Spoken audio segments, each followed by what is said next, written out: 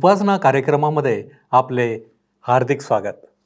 प्रियांनो, आजच्या अध्ययनात आपण प्रामुख्याने देवाने दाविदाला दिलेल्या वचनाविषयी आणि दाविदाने केलेल्या प्रार्थनेविषयी पाहणार आहोत. देवाने दाविदाला कोणते वचन दिले, दाविदाने कोणती प्रार्थना केली, त्याची कबुली काय होती, हे सर्व आपण आजच्या अध्ययनात पाहणार आहोत. म्हणून वेळ न दवडता चला प्रियांनो, आपण आपल्या अध्ययनाची सुरुवात करूया. श्रोत्यांनो, मागच्या कार्यक्रमामध्ये इतिहासाचे पहिले पुस्तक 17वा अध्याय 1 ते 12 वचने आम्ही अभ्यासली होती. आजचे अध्ययन 17वा अध्याय 13 पासून पुढच्या वचनांच्याद्वारे आम्ही करणार आहोत. 17वा अध्याय 13 आणि 14 वचने सांगतात, मी त्याचा पिता होईन व तो माझा पुत्र होईल. तुझ्या पूर्वीच्या राजावरची कृपादृष्टी जशी मी दूर केली तशी त्याचवरची माझी कृपादृष्टी मी दूर करणार नाही. माझ्या मंदिरात व माझ्या राज्यात मी त्याची निरंतरची स्थापना करीन. त्याची गादी निरंतरची स्थापित होईल. श्रोत्यांनो, परमेश्वर ह्या गोष्टी करणार आहे. तो या पृथ्वीवर त्याचे राज्य स्थापणार आहे आणि हे राज्य स्थापण्यासाठी येशू ख्रिस्त पुन्हा येणार आहे. आपण ही देवाची वाणी स्वीकारा किंवा स्वीकारू नका, परंतु परमेश्वर आपले वचन लवकरच पूर्णत्वास नेणार आहे. 15वं वचन सांगतं, ही सर्व वचने व दर्शने जशाची तशी नाथानाने दाविदास कळविली. ही संपूर्ण घटना शमूएलाच्या दुसऱ्या पुस्तकात 7व्या अध्यायात नमूद करण्यात आली आहे. या इतिहासाच्या पुस्तकात परमेश्वर ती पुन्हा नमूद करतो, कारण त्याच्या दृष्टिकोनातून ही गोष्ट महत्वाची आहे. 16वं वचन सांगतं, मग दावीद राजा आज जाऊन परमेश्वरासमोर बसून म्हणाला, हे परमेश्वरा देवा, मी कोण व माझे घराणे ते काय की तू मला येथवर आणले आहे. श्रोत्यांनो, दाविदाची प्रतिक्रिया लक्षात घ्या. तो म्हणत आहे, प्रभू देवा, मला तुझा चांगुलपणा, तुझी कृपा व तुझी दया खरोखर समजत नाही. श्रोत्यांनो, मलाही तसंच वाटतं. देवाने आमच्यावर कृपा करावी असे आमच्यामध्ये काय आहे? परमेश्वर आमच्यावर कृपा का करतो? फक्त ह्यासाठी की तो प्रेमळ परमेश्वर आहे, कृपाळू परमेश्वर आहे आणि दया करणे, प्रेम करणे हा त्याचा स्वभाव आहे. 17वं वचन, हे देवा, तुझ्या दृष्टीने ही केवळ लहान गोष्ट आहे. तू आपल्या सेवकाच्या घराण्यासंबंधाने पुढील बऱ्याच काळाचे सांगून ठेवले आहे. हे परमेश्वरा देवा, उच्च पदावरल्या मनुष्याप्रमाणे तू मला लेखित आहेस. श्रोत्यांनो, हे वाक्य विशेष असे वाक्य आहे. यहुदी लोक त्या तारकाच्या येण्याची वाट पाहत होते. तो स्त्रीचे बीज असणार होता. तो अब्रामाचा वंशज व यहुदाच्या कुळातला असणार होता. आता आपल्याला सांगण्यात येते की तो दाविदाच्या घराण्यातला असणार होता. श्रोत्यांनो, तारक त्याच्या घराण्यात जन्माला येणार ह्या गोष्टीचा अर्थातच दाविदाला खूप आनंद वाटतो. त्याचे हृदय हेलावून जाते. 18वं वचन, तू आपल्या सेवकाचा जो मान केला आहे त्याबद्दल दावीद आणखी काय बोलणार, कारण तू आपल्या सेवकास ओळखितोस. ह्या ठिकाणी दावीद अक्षरशः भारावून गेलेला आहे. आपल्या भावना, आपली कृतज्ञता व्यक्त करण्यासाठी त्याच्याजवळ शब्द नाहीत. श्रोत्यांनो, काय आपण असा अनुभव कधी घेतला आहे? देवाच्या वचनाचा भरपूर आस्वाद घेताना किंवा देवाच्या कृपेविषयी त्याला मनापासून धन्यवाद देताना तुम्ही दाविदाप्रमाणे कधी भारावून गेला आहात काय? दाविदाप्रमाणे तुमच्याजवळ आता देवाशी बोलायला शब्द उरले नाहीत, अशी तुमची स्थिती कधी झाली आहे काय? दाविदाची तशी स्थिती झाली होती. 19वं वचन, हे परमेश्वरा, तुझ्या सेवका प्रित्यर्थ व तुझ्या मनोदयाप्रमाणे हे महत्कार्य तू केले आहे. ह्या सगळ्या थोर गोष्टी मला कळाव्या म्हणून तू हे केले. देवाने हे सर्व दाविदासाठी का केले? तो चांगला होता म्हणून काय? मुळीच नाही श्रोत्यानो. तो नेहमीच एक चांगला व्यक्ती नव्हता, परंतु परमेश्वराने त्याला आपल्या कार्यासाठी निवडले होते आणि परमेश्वर त्याच्यावर प्रेम करणारा होता. तो पापांची क्षमा करणारा आहे आणि त्यामुळेच दाविदाच्या जीवनात त्याने अशा प्रकारे कार्य केले. परमेश्वराने आम्हाला तारण दिले याचे एकच कारण आहे, ते म्हणजे देवाची अद्भुत व असीम कृपा. स्तोत्रसंहिता 27 अध्याय आणि 4 वचन सांगतं, परमेश्वराजवळ मी एक वरदान मागितले, त्याच्या प्राप्तीसाठी मी झटेन. ते हे की माझ्या सर्व आयुष्यभर परमेश्वराच्या मंदिरी माझी वस्ती व्हावी, म्हणजे मी परमेश्वराचे मनोहर रूप पाहत राहीन व त्याच्या पवित्र स्थानी ध्यान करीन. दाविदाला परमेश्वराची प्रेम, परमेश्वराची कृपा आणि त्याचा न्याय हे सत्य चांगल्या प्रकारे समजले असावे, म्हणून तो अशा प्रकारे म्हणू शकला. नंतर 20वे वचन पहा. हे परमेश्वरा, जे काही आम्ही आमच्या कानांनी आजवर ऐकले आहे त्या सर्वांवरून पाहता तुझ्या समान कोणी नाही, तुझ्याशिवाय अन्य देव नाही. खरोखर असा परमेश्वर आमचा प्रभुदेव असणे किती चांगले आहे. पुढे 21 आणि 22 वचने. तुझ्या इस्रायल प्रजेसमान भूतलावर दुसरे कोणते तरी राष्ट्र आहे काय? आपली प्रजा करून घेण्यासाठी त्यांचा उद्धार करावयास देव स्वतः गेला, यासाठी की जी तुझी प्रजा तू मिसर देशातून सोडविली तिच्या देखत मोठी व भयानक कृत्ये करून व इतर राष्ट्रास घालवून देऊन तू आपले नाव करावे. तू आपले लोक इस्रायल यास तुझी निरंतरची प्रजा केली आहे. हे परमेश्वरा, तू त्यांचा देव झालास. श्रोत्यानो, इस्रायल देशावर देवाचा जो कृपेचा हात होता त्याबद्दल दावीद देवाची उपकार स्तुती करतो. 23 आणि 24 वचने. तर आता हे परमेश्वरा, आपला सेवक व त्याचे घराणे याविषयी जे वचन तू दिले ते कायमचे सिद्धीसने व आपल्या म्हणण्याप्रमाणे कर. सेनाधीश परमेश्वर इस्रायलाचा देव आहे, तो इस्रायला प्रित्यर्थ देव आहे आणि तुझा सेवक दावी त्याचे घराणे तू समोर स्थापित आहे, असे म्हणून लोकांनी तुझ्या नामाची स्थापना करून त्याचा निरंतर महिमा वाढवावा. श्रोत्यानो, दाविदाने परमेश्वराच्या वचनावर विश्वास ठेवला व त्याविषयी तो निश्चिंत झाला. 25 ते 27 वचने. कारण हे माझ्या देवा, तू आपल्या सेवकास कळविले आहे की मी तुझे घराणे स्थापिन, म्हणून तुला विनंती करावयाची हिंमत तुझ्या सेवकास आली. आता ही परमेश्वरा, तूच देव आहेस आणि तू आपल्या सेवकाचे अशा प्रकारे बरे करण्याविषयी वचन दिले आहे. तर आता प्रसन्न होऊन आपल्या सेवकाच्या घराण्यास तू अशी बरकत दिली आहे की ते तुझ्या दृष्टीसमोर निरंतर कायम राहावे. कारण हे परमेश्वरा, तूच त्याचे अभिष्ट केले आहे व ते निरंतर धन्य झाले आहे. श्रोत्यानो, या संपूर्ण अध्यायामध्ये आम्हाला दावीद व परमेश्वर यांच्यातला संवाद वाचायला मिळाला. आता आपण पुढच्या अध्यायाकडे वळूया. पुढचा अध्याय 18वा. 18व्या अध्यायाची मध्यवर्ती कल्पना आहे दाविदाच्या लढाया. आता आपणापैकी कोणी असे म्हणेल की देवाच्या दृष्टिकोनातून लढाया कशा महत्वाच्या आहेत. श्रोत्यानो, आम्ही देवाच्या दृष्टिकोनावर भर देत आहोत, तर त्यामध्ये लढायांचा वृत्तांत कसा बसू शकतो. म्हणून या अध्यायाच्या अध्ययनाची सुरुवात करण्यापूर्वी मी आपणासमोर काही मुद्दे मांडणार आहे. याकोबाच्या पत्रामध्ये याकोब लिहितो 4था अध्याय 1 आणि 2 वचनात की तुम्हामध्ये लढाया व भांडणे कशातून उत्पन्न होतात. तुमच्या अवयवात ज्या वासना लढाई करीतात त्यातून की नाही. तुम्ही इच्छा धरिता तरी तुम्हास प्राप्त होत नाही. तुम्ही घात व हेवा करिता तरी हवे ते मिळविण्यास तुम्ही समर्थ नाही. तुम्ही भांडता व लढता, तुम्ही मागत नाही म्हणून तुम्हाला प्राप्त होत नाही. दुसऱ्या शब्दात सांगायचे झाले तर युद्ध किंवा लढाईच्या पार्श्वभूमीमागे माणसाचे पापी हृदय आहे. प्रभू येशू ख्रिस्त जेव्हा आमच्या जगात आला तेव्हा तो लूका शुभवर्तमान 11वा अध्याय 21 आणि 22 वचनात म्हणाला, सशस्त्र व बलवान मनुष्य आपल्या वाड्याचे रक्षण करीत असता त्याची मालमत्ता सुरक्षित राहते, परंतु त्याच्यापेक्षा अधिक बलवान मनुष्य त्याच्यावर येऊन त्याला जिंकितो तेव्हा ज्या शस्त्र सामुग्रीवर त्याने भिस्त ठेवली होती ती तो घेऊन जातो व त्याची लूट वाटून टाकतो. तो असे का म्हणाला? कारण माणसाला सर्वत्र शत्रू आहेत. आम्ही आदर्श जगामध्ये राहत नाही. जेव्हा प्रभू येशू ख्रिस्त ह्या जगात होते तेव्हा त्यांना सुद्धा शत्रू होते, तसेच दाविदाला सुद्धा शत्रू होते.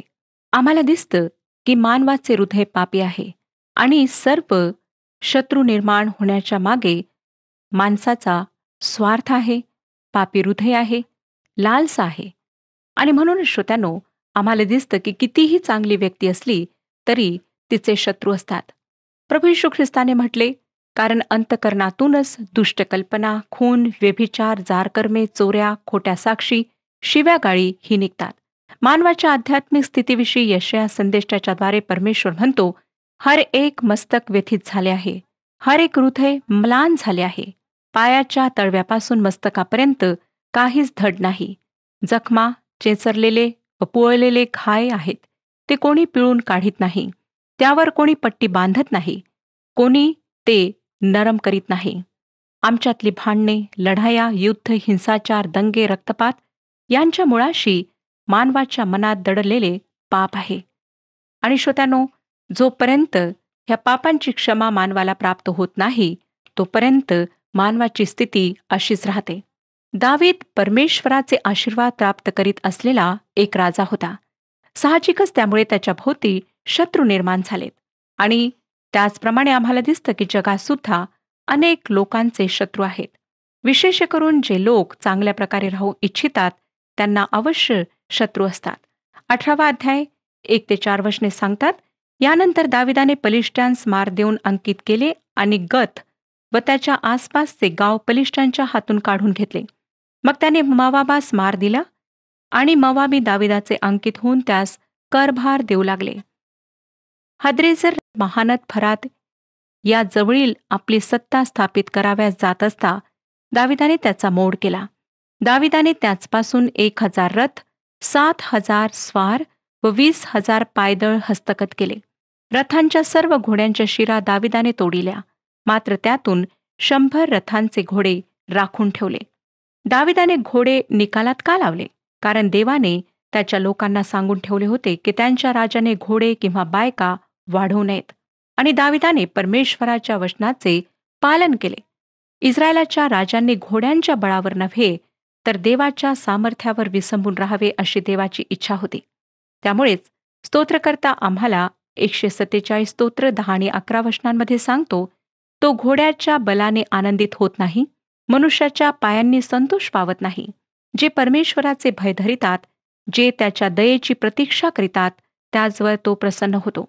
आम्हाला परमेश्वराच्या सामर्थ्यावर अवलंबून राहायचे आहे. दाविदाने आपल्या सर्व शत्रूंना पराभूत केले व लूट जमवली. मला वाटतं श्रोत्यानो की त्या काळात येरुशलेमेत भरपूर सोने जमले असेल. 7 आणि 8 वचने पहा काय सांगतात. हद्रेजर राजाच्या सेवकाजवळ सोन्याच्या ढाली होत्या, त्या दाविदाने घेऊन येरुशलेमास आणल्या. हद्रेजर याची तिब्बत व कून ही नगरे होती. तेथून दाविदाने पुष्कळ पितळ आणले. त्यापासूनच पुढे शल्मोनाने गंगाळ सागर, खांब व पितळी पात्रे केली. ही सामग्री दाविदाने जमवली. तिच्या साह्याने शल्मोनाने मंदिर बांधले. त्यानंतर आम्ही पाहतो की हमात राजा त्याच्या शत्रूंवर विजय मिळविल्याबद्दल दाविदाला भेटवस्तू पाठवतो. 11वं वचन पुढे आम्हाला सांगतं, सर्व जिंकलेल्या राष्ट्रातून आणलेल्या सोन्या चांदीबरोबर ही पात्रे दाविद राजाने परमेश्वराला समर्पिली. अदोमी, मोवाबी, अम्मोनी, पलिष्टी व अमालेकी या सर्वांपासून ही लूट आणली होती.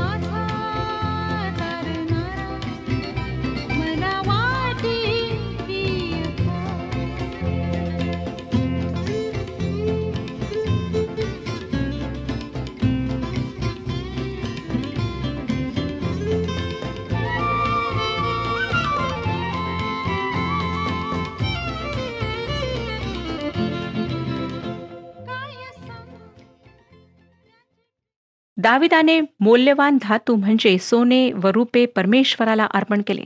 दाविदाची देवावरची प्रीती खरोखर प्रशंसनीय आहे. त्याने लुटीतल्या मौल्यवान वस्तू देवाला अर्पिल्या आणि देवाने आज आमच्या जीवनात सुद्धा हीच अपेक्षा ठेवलेली आहे. त्याची इच्छा आहे की आम्ही त्याला आमच्याजवळ जे काही आहे ते मौल्यवान सर्व अर्पित करावे.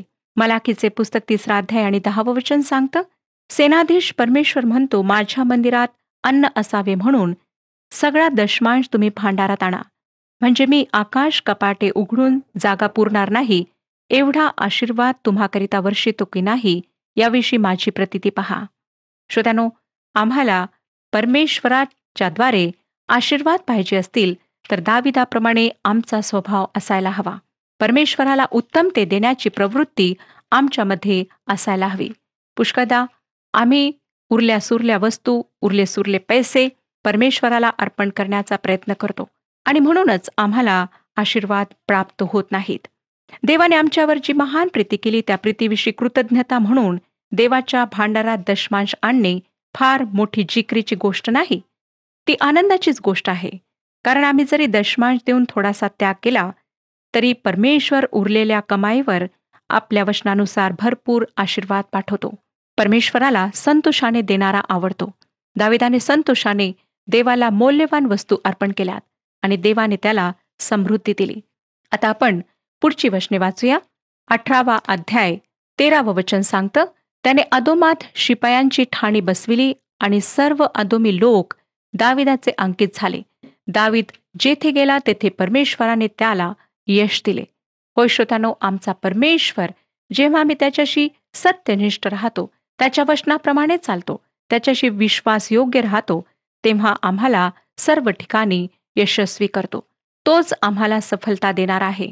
म्हणून त्याच्यावर विसंबून राहून, त्याच्याशी सत्यनिष्ठ राहून आम्ही जीवन जगायला हवे. आता आपण 19व्या अध्यायाकडे वळूया. या अध्यायात आम्हाला पाहायला मिळतं की दावीद अमोन्यांवर विजय मिळवतो. देवाला विनोदबुद्धी आहे हे या अध्यायातून आम्हाला दिसून येईल. दावीद एक संतापी माणूस होता, तरीही त्याने शांतीने जगण्याचा प्रयत्न केला. पहिलं वचन सांगतं, 19वा अध्याय 1 वचन, पुढे अमोनी लोकांचा राजा नाहाश मृत्यू पावला व त्याच्या गादीवर त्याचा पुत्र बसला. अमोन हा इस्रायलाचा एक शत्रू होता, परंतु दाविदाला त्याच्याशी लढाई करायची इच्छा नव्हती. त्याने स्वतःहून महत्वाकांक्षेपोटी आजूबाजूच्या राष्ट्रावर कधीच हल्ला चढवला नाही किंवा कोणाशी भांडण उकरून काढले नाही. स्वतःहून आपल्या शत्रूंना लढण्यासाठी प्रवृत्त केले नाही. तो नेहमीच स्वसंरक्षणाखातर लढला. देवाचे लोक अशा प्रकारे नेहमीच स्वतःच्या संरक्षणासाठी तयार असतात. मला वाटतं श्रोत्यानो की देवाच्या लोकांजवळ महत्वाकांक्षा असली तरी ती लौकिक भौतिक यशाची नाही, तर आत्मिक जीवनाविषयीची असते. आपल्या निर्माणकर्त्या परमेश्वराला अधिक आणि अधिक कसे संतोष व्हावे याची त्यांना जास्त उत्सुकता असते. दुसऱ्यांना खाली पाडून त्यांचा द्वेष करून त्यांची जागा मिळवण्याचा प्रयत्न देवाचे लोक करीत नाहीत. मला खेद वाटतो श्रोत्यानो की देवासाठी, त्याच्या माणसांकरिता व ख्रिस्ती मूल्यांसाठी देवाचे शस्त्रास्त्र परिधान करून ठाम भूमिका घेणारे लोक आमच्यामध्ये फार फार कमी आहेत. दाविदाने असे काही केले नाही की त्यामुळे लढाई उद्भवेल. त्याने त्याच्यावर पूर्वी करण्यात आलेल्या दयेला आठवून तिचा योग्य मोबदला देण्याची इच्छा प्रकट केली. हानुनाचा बाप मरण पावला तेव्हा त्याच्या सांत्वनासाठी त्याने संदेश पाठवला. 2 वचन, तेव्हा दाविदाने मनात आणले की हानुनाचा बाप नाहाश याने आपल्यावर दया केली तशीच आपण त्याच्या पुत्रावर करावी. म्हणून दाविदाने त्याच्या बापाच्या मृत्यूबद्दल त्याचे समाधान कराव्यास जासूद पाठविले. हानुनाचे समाधान करण्यास दाविदाचे सेवक अम्मोनी लोकांच्या देशी आले. आता पहा पुढे काय घडतं ते. 3 वचन, त्यावेळी अम्मोनी लोकांचे सरदार हानुनास म्हणाले की दाविदाने तुझे समाधान करण्यास लोक पाठविले आहेत, ते तुझ्या बापाविषयीची आदरबुद्धी दर्शविण्याकरिता पाठविले आहेत असे तुला वाटते काय? या देशाची पाहणी टेहळणी करून त्याचा उद्ध्वस्त करावा म्हणून त्याचे चाकर तुझकडे आले आहेत, नाही काय? श्रोत्यानो, या तरुण मंडळीने फार गंभीर आरोप दावीद आणि त्याच्या दूतांवर केला. ही माणसे तरुण असावीत व राजाच्या अगदी जवळची असावीत. ते म्हणाले, दावीद तुझा मित्र नाही, तो तुझ्या वडिलांचाही मित्र नव्हता. त्याने ही जी माणसे पाठवली आहेत ती हेर आहेत. त्यांनी या आरोपामुळे दाविदाच्या राजदूतांना काय केले ते आम्हाला पुढच्या वचनात वाचायला मिळतं. 4 वचन, तेव्हा हानुनाने दाविदाच्या चाकरास पकडून त्यांचे मुंडन केले व त्यांची वस्त्रे मधोमध कुल्ल्यापर्यंत कापून टाकून त्यास घालून दिले. श्रोत्यानो, यहुदी लोकांसाठी ही एक लज्जास्पद गोष्ट होती. यहुदी लोक आपली दाढी कापत नसत आणि त्यांची भयंकर मानहानी करण्यासाठी त्यांचे कपडे कापण्यात आले. या लोकांच्या मनस्थितीची आपण कल्पना करू शकता. त्यांना ह्या प्रकारची प्रचंड लाज वाटली असेल आणि हा अपमान व मानहानी अशी होती की त्याकडे दुर्लक्ष करून चालणे शक्य नव्हते. आणि तशातच दावीद एक संतापी वृत्तीचा माणूस होता. 5वं वचन, त्या लोकांची कशी काय संभावना झाली हे कोणी जाऊन दाविदास सांगितले. हे वर्तमान ऐकून दाविदाने त्यांची वाटेत गाठ घेण्यास मनुष्य पाठविला, कारण त्यास मोठी लाज वाटत होती. राजाने त्यास सांगून पाठविले की तुमची दाढी वाढेपर्यंत तुम्ही यरीहो येथे राहा, मग इकडे या. या लोकांची इतकी मानहानी झाली होती की ते यरुश्लेमेत तशा स्थितीत येऊ शकत नव्हते. हा केवळ त्यांचा अपमान नव्हता, तर दाविदाचा सुद्धा अपमान होता. जेव्हा देवाच्या लोकांची काही लोक मानहानी करतात, तेव्हा ते देवाचीही मानहानी करतात हे लक्षात ठेवा. कारण जसे हे लोक दाविदाचे प्रतिनिधित्व करीत होते, तसे देवाचे लोक देवाचे प्रतिनिधित्व करतात, व जे त्यांचा अपमान करतात ते खरे तर देवाचा अपमान करतात. आता दाविदाची अशा प्रकारे मानहानी करणाऱ्यांशी दावीद कसा वागला ते आपण पाहणार आहोत. 6वं वचन, दाविदाला आपली किळस आली आहे असे अम्मोनी लोकांनी पाहिले, तेव्हा हानून व अम्मोनी लोक यांनी 1000 किक्कार रुपये पाठवून मेसोपटेम्या, आराम, माका व सोबा इथून रथ व घोडेस्वार आणविले. श्रोत्यानो, या अम्मोन्यांच्या नवीन राजाला लढाई हवी होती. त्याला दाखवून द्यायचे होते की तो दाविदाला पदच्युत करू शकतो, पराभूत करू शकतो. त्याने आरामाच्या सैन्याची मदत घेतली. दाविदाला पराभूत करण्याचा डाव रचला. हे जेव्हा दाविदाने ऐकले, तेव्हा त्याने हालचाल करायला सुरुवात केली. 8 ते 10 वचने, हे ऐकून दाविदाने योवाबास योद्ध्यांच्या सर्व सैन्यासह पाठविले.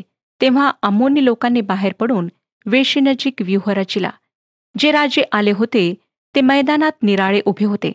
आपल्या मागे व पुढे व्यूह रचिला आहे हे योवाबाने पाहून इस्रायल लढवयातील निवडक शिपाई घेऊन त्यास आराम्यांसमोर उभे केले. श्रोत्यांनो, आरामी सैन्य निष्णांत होते, अतिशय तरबेज होते. म्हणून योवाबाने त्याच्या निष्णात सैनिकांना आरामाशी लढण्याकरिता पाठवले. पुढे 11 आणि 12 वचने, आणि वरकड लोक त्याने आपला भाऊ अभिषय याच्या हाती दिले व त्यांनी अम्मोन्यांसमोर आपली व्यूहरचना केली. तो म्हणाला, आरामी मजहून प्रबळ होऊ लागले तर तू मला सहाय्य कर, आणि अम्मोनी लोक तुझहून प्रबल झाले तर मी तुला सहाय्य करेन. योवाबाचे धोरण खूप चांगले होते. त्याने त्याच्या भावाला सांगितले की जर त्याचा पराभव होण्याची चिन्हे दिसत असतील तर त्याने योवाबाला मदत करण्यासाठी यावे. जर त्याचा पराभव होण्याची चिन्हे दिसत असतील तर योवाब त्याच्या मदतीस जाईल. जेव्हा श्रोत्यानो देवाचे कार्य एखाद्या मंडळीत होत असते, तेव्हा सैतान त्या मंडळीवर सर्व बाजूने हल्ला करतो. त्या मंडळीला खिळखिळे करून ती उद्ध्वस्त करणे हा त्याचा हेतू असतो. अशा वेळेस जर मंडळीतील विश्वासणारे व देवाचे सेवक यांच्यामध्ये एकीचा आत्मा नसेल तर ती मंडळी उद्ध्वस्त व्हायला वेळ लागत नाही. जेथून खूप जोरदार हल्ला होणार होता ते ठिकाण त्यांनी आपले निशाण बनवले. सैतान आमच्यावर ज्या विशिष्ट क्षेत्राच्याद्वारे किंवा व्यक्तीच्याद्वारे हल्ला करीत असेल, त्या क्षेत्राविषयी व व्यक्तीविषयी प्रार्थनेच्याद्वारे व पवित्र वचनाच्या साह्याने सल्लामसलत करून आम्ही सैतानाशी लढू शकतो. 13वं वचन, हिम्मत धर, आपण आपल्या लोकांसाठी आणि आपल्या देवाच्या नगरासाठी लढाईची शिकस्त करू, मग परमेश्वर त्याच्या मर्जीस येईल तसे करू. योवाब एक चांगला सेनापती होता. कठीण युद्ध प्रसंगी आपल्याबरोबर लढाईच्या मैदानावर उतरलेल्यांसाठी त्याच्याजवळ प्रोत्साहन आणि धीराचे शब्द होते. 14वं वचन, पुढे योवाब व त्याच्याबरोबरचे लोक आराम्यांशी युद्ध करावयास चालून गेले, तेव्हा ते त्याच्या पुढून पळून गेले. हा एक उत्तम सैनिक होता. मला वाटतं की त्याचे सैनिकी प्रशिक्षण दाविदाच्या बरोबरच झाले असावे. 15वं वचन, आरामी लोक पळून गेले हे पाहून अम्मोनी लोकही अबीश याच्या पुढून पळून जाऊन नगरात शिरले. मग योवाब यरुश्लेमास परत आला. तो वृत्तांत सादर करण्यासाठी यरुश्लेमला परत आला. 16वं वचन, आरामी लोकांनी इस्रायलापुढे आपण पराजित झालो असे पाहिले, तेव्हा त्यांनी जासूत पाठवून महानद्दा पलीकडील आराम्यास आणविले. हादरेजराच्या सैन्याचा सेनापती शोफक याच्या नायकत्वाखाली ते आले. त्यांनी अधिक सैन्य पाठवले. 17 ते 19 वचने पुढे सांगतात, हे कोणी दाविदास सांगितले तेव्हा त्याने अवघा इस्रायल एकत्र जुळून व यार्देने पलीकडे जाऊन त्याचवर चढाई केली आणि सैन्य व्यूह रचिला. दाविदाने आराम्यांविरुद्ध व्यूह रचिल्यावर ते त्याजशी लढू लागले. तेव्हा आरामी इस्रायलापुढून पळून गेले. त्यावेळी दाविदाने त्यांच्या 7,000 रथावरील माणसे व 40,000 पायदळ यांचा संहार केला आणि त्यांचा सेनापती शोफक यास ठार केले. इस्रायलापुढे आपण पराजित झालो हे पाहून हादरेज राजे जे कंकित होते ते दाविदाशी सल्ला करून त्याचे अंकित झाले. यानंतर आराम्यांनी अम्मोनी लोकांस सहाय्य केले नाही. श्रोत्यांनो, लढाई करण्याची दाविदाची इच्छा नव्हती. आता या सर्व परिस्थितीमध्ये आम्ही देवाचा दृष्टिकोन पाहत आहोत. त्याने आम्हाला अगदी स्पष्ट दाखवले आहे की अमोन्यांशी शांती घडविण्याची दाविदाची इच्छा होती. त्यांच्याशी त्याला लढायचे नव्हते. जेव्हा त्याने आपल्यावर सैन्य पाठवल्याचे पाहिले, तेव्हा त्याने स्वसंरक्षणासाठी योवाबाला पाठवले व शत्रू त्याच्यापासून पळून गेला. परंतु त्यामुळे युद्ध थांबले नाही. त्याच्या शत्रूने अधिक सैन्यबळ मिळवले व इस्रायल विरुद्ध आपल्या दोस्त राष्ट्रांना जमवले. आता दावीद स्वतः लढाईच्या मैदानावर सैन्याचे नेतृत्व करायला गेला आणि जेव्हा तो लढण्यासाठी सैन्याचे नेतृत्व करायला गेला, तेव्हा तो विजयी होण्यासाठी गेला. श्रोत्यांनो, यातून आम्ही एक महत्त्वाची गोष्ट शिकतो.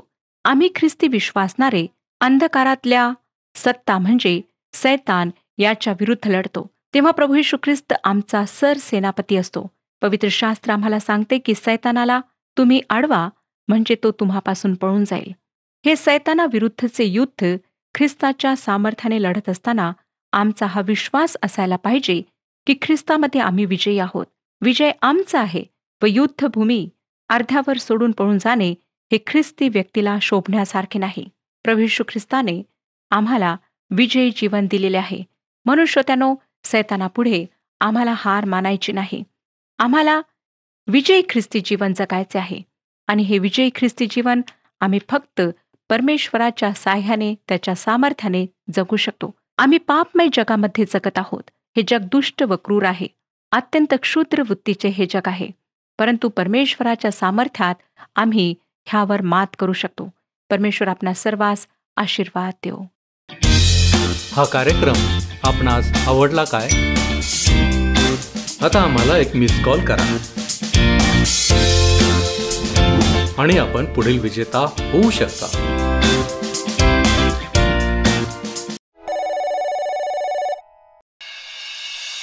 आपणा सर्वांस एक आनंदाची बातमी. तुमचे मोफत कॅलेंडर तुमच्या पत्त्यावर पाठवण्यासाठी तयार आहे. तुमची प्रत किंवा कॅलेंडर प्राप्त करण्यासाठी कृपया तुमचे नाव, पूर्ण पत्ता आणि मोबाईल नंबर SMS किंवा व्हॉट्सअप मेसेजद्वारे स्क्रीनवर दाखवलेल्या नंबरवर पाठवावे.